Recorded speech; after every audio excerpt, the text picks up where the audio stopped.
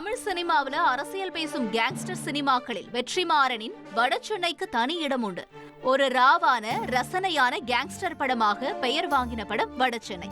அந்த வகையில வடசென்னையை மையப்படுத்தி வெற்றிமாறன் சிம்புவோட பயங்கரமான காம்போல புது படம் உருவாக இருக்கு. தமிழ்ல முன்னணி நடிகர்கள ஒருவரான சிம்பு நடிப்புல கடந்த மே 5ஆம் தேதி தக் லைஃப் படம் வெளியாச்சு. இந்த படத்துல கமலுடன் இணைந்து மாஸ் காட்டிய சிம்பு தற்போது வெற்றிமாறன் இயக்கத்துல நடிக்க இருக்காரு. படம் குறித்த அதிகாரப்பூர்வ அறிவிப்பு இன்னமும் வெளியாகல என்றாலும் சோசியல் மீடியா முழுக்க இப்படம் தொடர்பான பேச்சுக்கள் தான் வைரல் ஆகிட்டு வருது. சிம்பு வெற்றிமாறன் இருவரும் எதிர்பாராத விதமாக இணைந்து ரசிகர்களுக்கு இன்ப அதிர்ச்சி கொடுத்திருக்கிறதால ரசிகர்களுக்கு எக்கச்சக்கமான எதிர்பார்ப்பு எழுந்திருக்கு. இந்த நிலையில வடசென்னையை மையப்படுத்தி கேங்ஸ்டர் கதையாக இந்த படம் உருவாக போகுதுன்னு சொல்லப்படுது. இதுல 2 கேரக்டர்ல நடிக்கிறாராம் சிம்பு. அதுல ஒண்ணு ரொம்பவும் இளம் வயதான சிம்பு.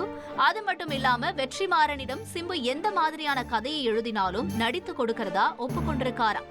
இந்த படத்துக்கான படப்பிடிப்பு பணிகள் சென்னை எண்ணூர்ல தொடங்கி இருக்கிற நிலையில இந்த படத்துல சமுத்திரகனி, கிஷோர், ஆண்ட்ரியா, இயக்குனர் நெல்சன் உள்ளிட்டோர் நடிக்க இருக்காங்க.